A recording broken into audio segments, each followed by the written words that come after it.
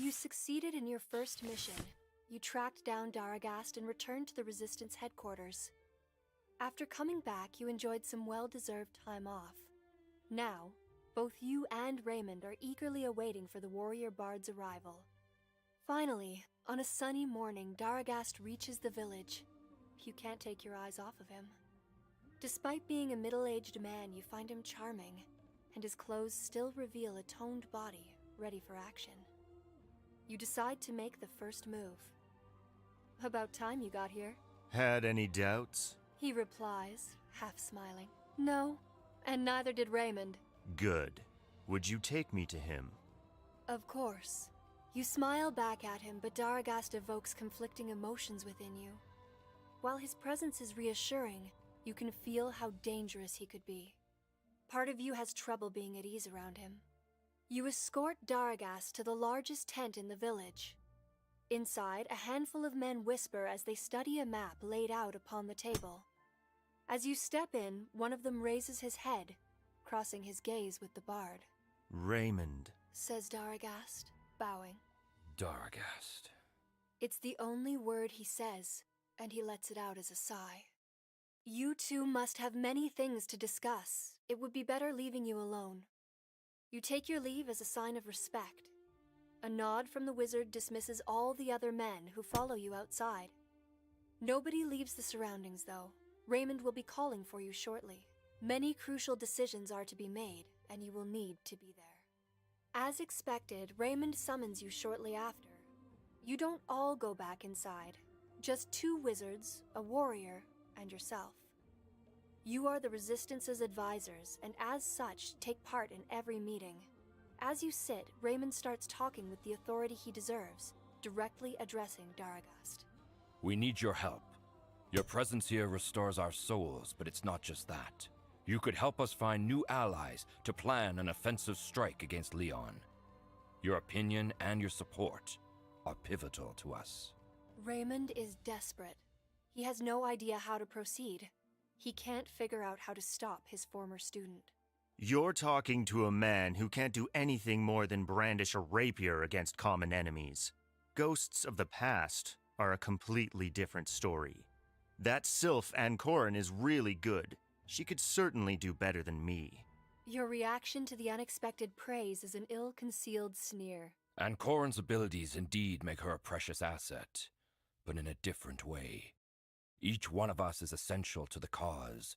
As you accepted our summons, well, I believe you might want to help us. Raymond replies. Of course. Choosing where to start from is a challenge. Only 3 people might help us. An assassin, a bard, and a former outlaw. You already know 2 of them. We'll need the help and experience of all 3. The wizard replies. Perfect. I'll leave first thing tomorrow morning. It looks like the time has already come for Daragast, your new ally, to make some choices that will impact the Resistance's future. You could potentially intervene to try and find out a bit more about the 3 men the bard will try to recruit.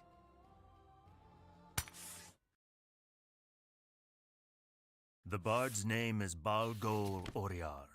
He is a Taboshi who can gather information in unusual places, often with equally unlikely methods. He travels the world on behalf of his sovereign. The assassin is Ulist Orantor, a dear friend of mine. We were both mercenaries, and he was with me when I fought Triumvar Lotanor. We protected Leon together. And as for the outlaw, I'm actually surprised he hasn't already joined your cause. His name is Karkas. He's a big guy and a natural-born fighter, maybe even one of the best in the whole world. None of these names mean anything to you. You'd like to help Daragast make his decision, but because you can't be of any assistance to him, you wait for him to decide on his own, instead of unhelpfully stepping in.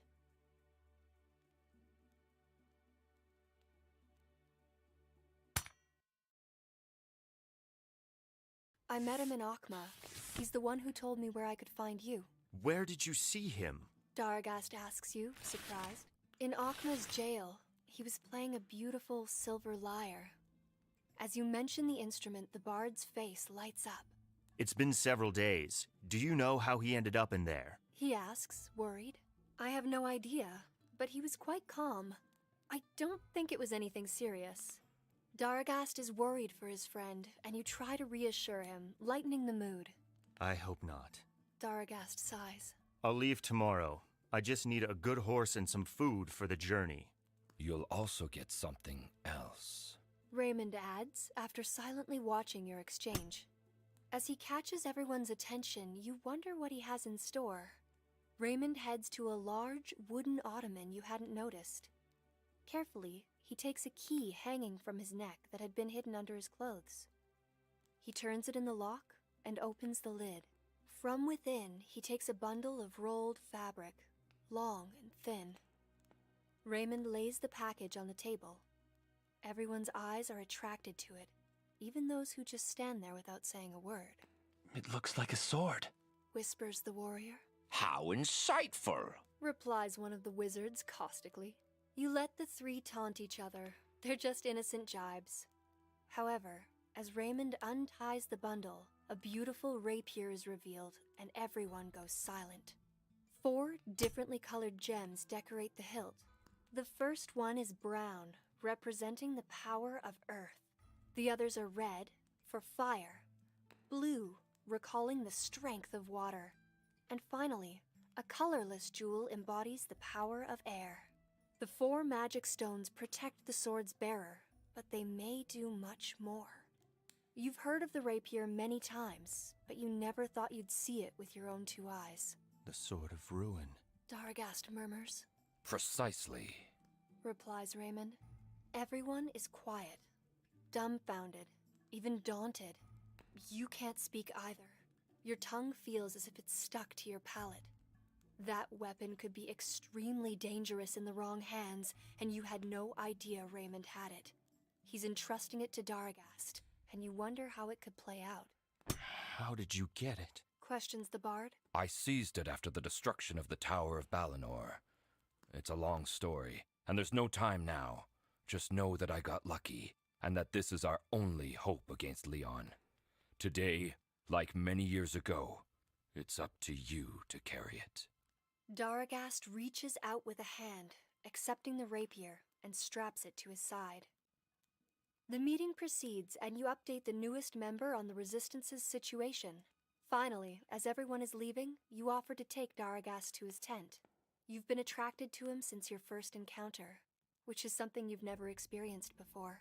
You don't care that he's not in his prime. He's fascinating, and his experience is as precious as youth. You're torn. You'd like to be bold, but you're afraid to get burnt by a man who is just about to leave.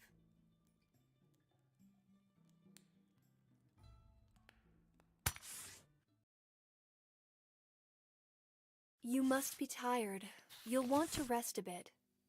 You test your ground, anxiously waiting for his reaction. We could keep talking inside. He gets straight to the point. Even though you'd hoped he'd say that, the spontaneous gesture almost catches you off guard, stealing you a smile. Why not? As he lifts up the tent's flap, you go in before him. It will be a long, busy night. His lodging has a few blankets folded up in a corner, a table with some clean water for washing, and a small cabinet with drinks and glasses. Drink something? He asks kindly. You gladly accept. Daragast fills 2 glasses with red wine and hands you one of them as the cups clink. I grew up hearing stories of your youth, the feats of the strongest warrior in Hesperia. Would you tell me some more? A shadow stains Daragast's face. He wasn't expecting the conversation to turn out like this. However, he immediately shakes it off. Come, let's sit. You nod as he opens the blankets. There you both sit, glasses in hand. I traveled a lot, and my past has been less than pleasant, full of blood. I was a gladiator in the arenas. Friendly skirmishes at first, but then I was forced to fight in death matches. I'm not proud of everything I've done. My life changed when I lost my wife. Daragast pauses briefly, but you would like to know more. You were married? Yes, but she left me for another man. I found out he beat her, and when he crossed the line, I made him pay. She died, but I took his life. Silence looms over both of you for a while. You know all too well how reminiscing about the past can hurt. How about you? It's your turn now. Dargast says before taking another sip from his glass. I was born in a village close to Balinor. I lived there until my family sold me off to a group of wizards. My parents were poor, and they had hoped that could give me a better chance in life. They couldn't have imagined what they would have done to me later. They were experimenters, outlaws for their very order. They operated on children secretly to create new races and to study the effects of magic. Their intent was to mutate living beings. So, here I am. Silence falls over the two of you once again, only this time, it has a different quality to it. Intimacy envelops you as if in an enchanted cocoon. You lower your head to the glass, but are not thirsty. Dargast leans in closer and hugs you. His gesture is sweet and spontaneous, but the warmth of his body is an irresistible temptation. Finally, the moment reaches its climax. You look at each other for a moment, and to both your heart's agreement, you kiss and allow passion to take over.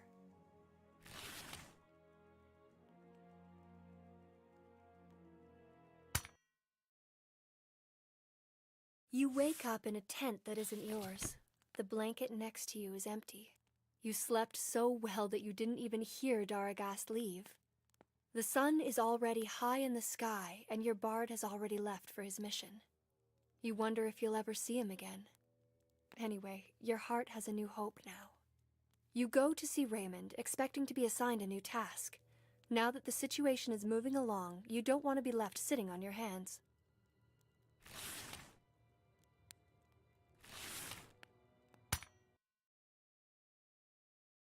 Raymond is alone, studying a map on the table. Finally, I was waiting for you. He starts, smiling at you. Sorry, I was more tired than I thought. Not a problem. Come, I have an important assignment for you. You'll have to choose our first move. We need allies. We won't win this war on our own. Close to the Amarantar border, to the southeast, some new creatures have founded their colonies. They fled there after our deplorable experiments at Balinor. Northeast, on the other hand, close to the Tibosh border, you'll find a sylph dwelling. I need one of them to embrace our cause. You'll have to come back with a new alliance. Why not both? I doubt we'll have the time.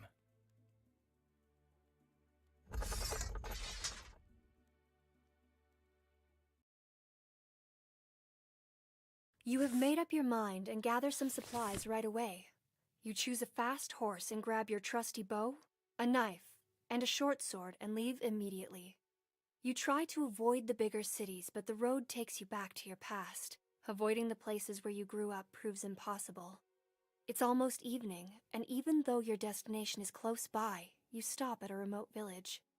Some extra information could come in handy. As you enter an inn, the bystanders are strangely not surprised by a creature such as yourself. The sylph colony must be close by, that's probably why they're so tolerant. Sitting at the bar, you order a drink and are approached by a man. He stares at you, slack-jawed, and you recognize him.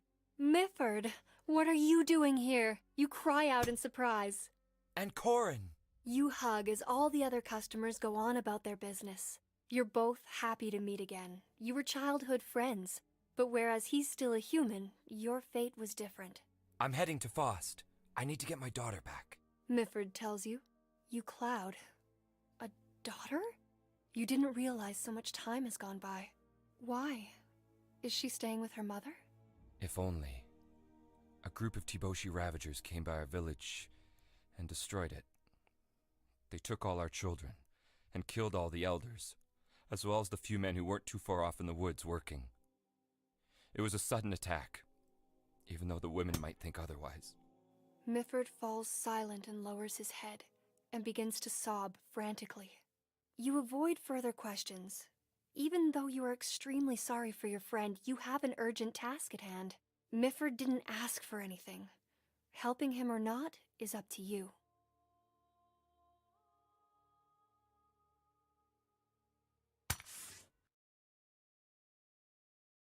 I'll come with you. We'll take your daughter back. His desperation turns into hope. You would? You nod and look straight into his eyes. Thank you, Ankorin. Did you come alone? You ask. He shakes his head and points at a table with 4 men. They are with me. Good.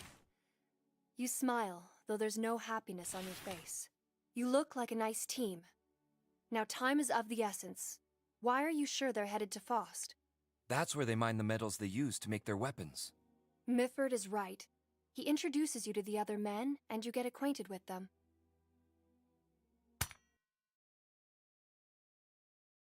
You talk with Mifford's friends and decide to leave immediately to exploit the element of surprise through the darkness.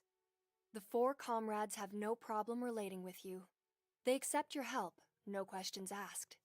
All of them have lost their wives and children. The Ravagers are way ahead, and Faust is still a whole day's walk away. You think the Tiboshi might have made camp and you could attack in the night. You're all tired, but the love for the people who've been taken and the longing for justice are great incentives. Moving towards Faust after a couple of hours walking, you see a glimmer in the distance.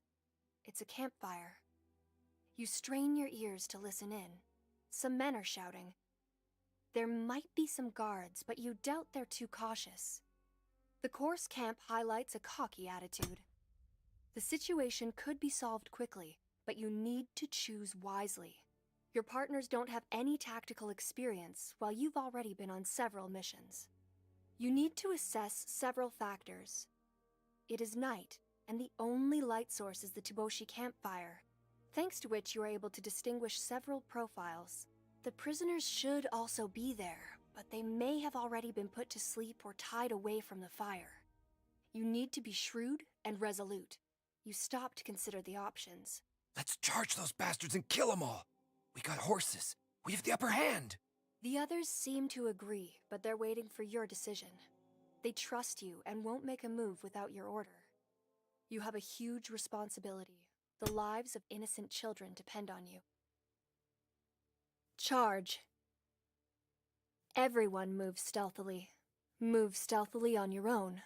Use your bow as soon as you can make out all the Tiboshi.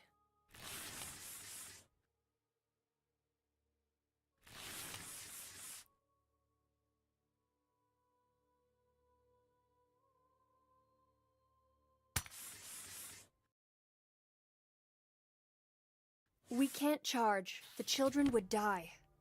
Wait here. I'll go alone, trust me. Your comrades exchange some uncertain glances, talking to each other. They'd like to help with the rescue. You understand how they're feeling, but you manage to convince them it'd be easier to go unnoticed if you move alone. You move in, as your ranger instinct suggests. You proceed, shrouded by obscurity, until the 5 figures are within range.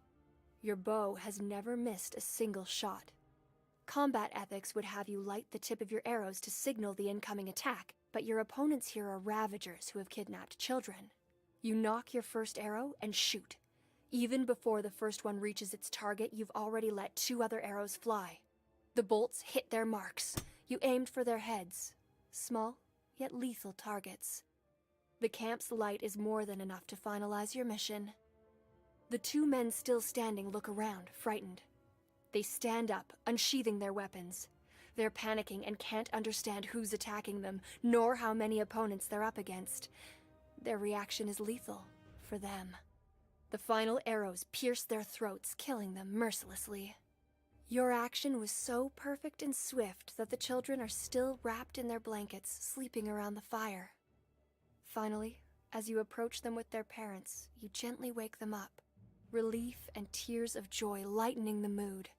You bury the bodies and rest before the morn, when you'll part your ways.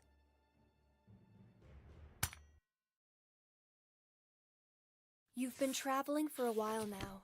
The sun is already high in the sky, and there's a lot of road behind you. Your destination is straight ahead, and you gather your energy to complete the mission. You may be a sylph, but your feminine side isn't resting. Strength, Frailty, determination, and peril, they all dwell within you. You don't know what to expect, but you must find the allies you're looking for, and you'll have to make a decision based on the situations that will arise. You sigh, and move forward on your steed. A clearing opens in front of you. Your next step will lead to a life filled with surprises, joys, and hardships.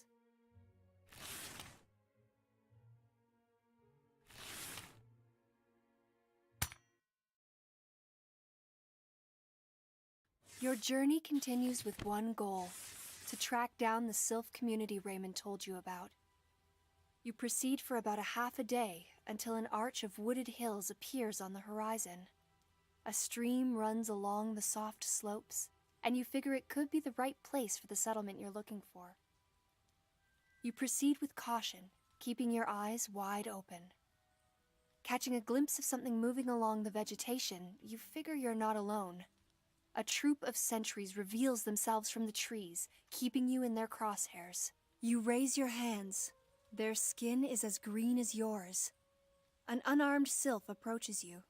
They outnumber you and have no reason to feel threatened. Who are you? I'm Ancorin. I come in peace. You're a bit too armed to come in peace. What do you want? I'm an envoy for the Resistance. We need your help. Your questioner snorts and curses. The Resistance is led by a wizard, and we don't like wizards. Why did you get involved? Many new races joined the Resistance to oppose Leon's advance. Please, we need you. The sylph carefully weighs your words. I'll give you the benefit of the doubt. The troop escorts you to their camp, built around a clearing in the middle of the forest. The whole community gathers there, living in huts built on trees. They are all women. After all, your race can't reproduce as it's exclusively made up of women. The sylphs have some doubts about you, but they welcome their kin. The woman who brought you there speaks to two elder women, who you suppose are the leaders of the community. My name is Jamalin. I am the military commander. I present to you our sages, Adelina and Kalina. They're our guides. They've been waiting for your arrival. Our future and that of the whole world will depend on their decision. However, you must answer a question first. If you get it wrong, you'll go to the realm of the dead. The events have taken an unfortunate turn. You need to get out of this. Is it the only way? I haven't come with hostile intentions. It doesn't matter. If you'll show us your wits, you'll earn our trust. If you refuse to answer the question, you'll die. If you answer incorrectly, you'll die. This is how we decide who's worthy of our trust. This is how the wizards created us. We make no exceptions. Raymond put you in one of the toughest positions of your life, but you need to withstand the clan's rules if you want to achieve your mission. All right then. Ask away. One of the elders steps up. Her skin looks like that of a 30-year-old woman, yet she's considered a veteran. Time goes by faster for new races. Your life expectancy is much shorter. I am Atalina, and this is my question. My life can last but a few hours. I am devoured by fruit. Thin, I'm fast. Thick, I'm slow. And wind doth scare me. Who am I? Answer or die? You pick at your brain, but only a few answers come to mind. Still, you need to give it a shot.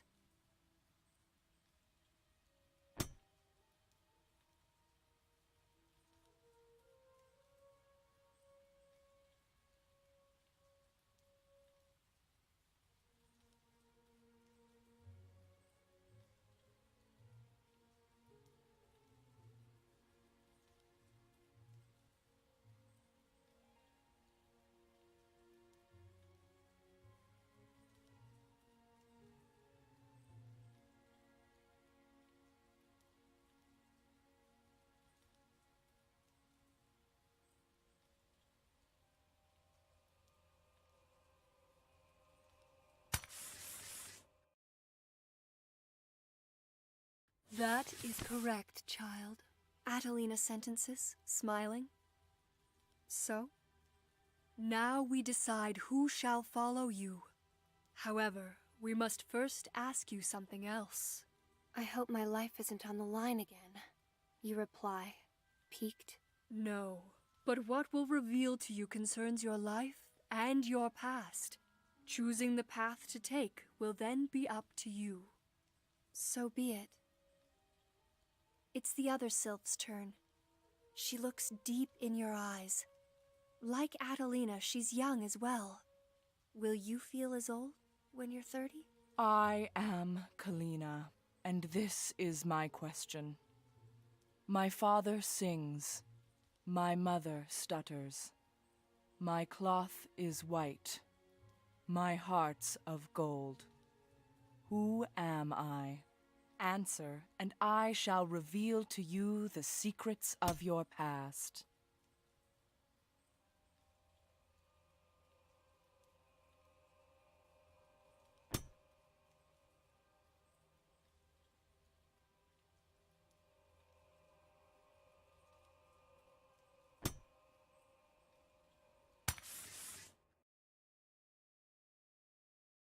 That is correct, child, says Kalina, smiling.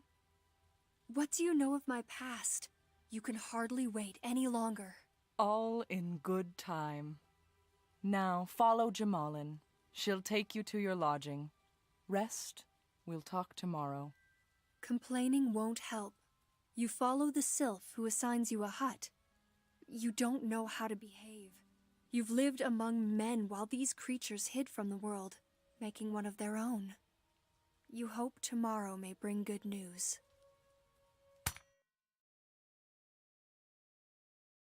You wake up late in the morning, but nobody came in to wake you. You rested well on the hay bed. The small hut hugs the trunk of an old oak tree. You have a bucket of water to wash and a clean change of clothes. You get ready, taking advantage of the hospitality you've been shown. When you leave the hut, you notice the two elders standing at the center of the clearing. It looks like they're waiting for you. This whole situation is strange and somewhat exciting. It's almost as if you feel at home.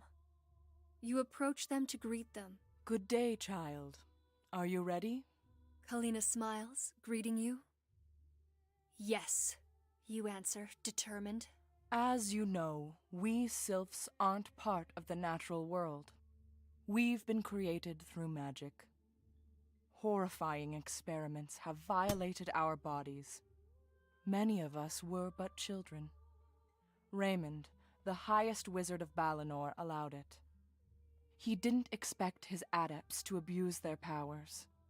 He banned and put an end to the experiments as soon as he found out, but it was too late.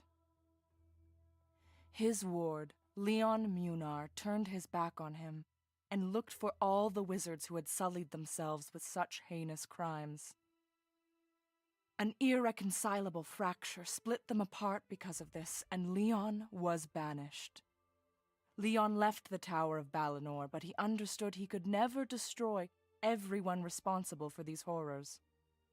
However, he became enthralled with the idea of establishing his dominion over Kael'Sanar and taking back his birthland. So he undertook a path of magical research. Everyone fears him, but is he really so evil? Are his goals really so mad? Or would he just want to establish order and justice? These revelations astound you. You wonder how the sylphs could know this background, and whether they're trying to manipulate you. You can't fathom how Raymond would want to recruit them at the risk of revealing such compromising facts. Questions keep rushing through your head. We believe that, at first, Leon's goals were honorable and honest. However, he's gotten lost. Partly his aims have changed. As sylphs, we believe justice must be served. We are looking for all the outcast wizards, to kill them and bring order back to this world. Adelina continues. You ponder on what you've just heard, but you have your doubts. How do you know who they are? Adelina smiles at you disarmingly. The answer is that obvious. The only innocent wizards are with Raymond in the Resistance. All the others have either died or are on the run. In any case, the highest wizard marked them before they were banished. Their mark is unmistakable. They have 6 diagonal slashes on their cheeks, 3 on each side. Besides, Raymond had made a list of their names, which we now have. We only need 4 more to finish. You have 1,000 questions you'd like to ask, but Adelina doesn't give you the chance. Now, will you join us to hunt down these depraved wizards, or would you rather keep helping the Resistance against Leon? You feel overwhelmed. The Sylphs offered you so much information, but still they haven't told you anything about your past. I'm a Sylph too, but how does this have anything to do with me? One of the 4 banished wizards is the one who created you. Kalina replies. Daragast is important to you. Helping the Sylphs would mean you won't be by his side in the final battle against Leon, and that you'd probably never see him again. Your choice is harder than ever.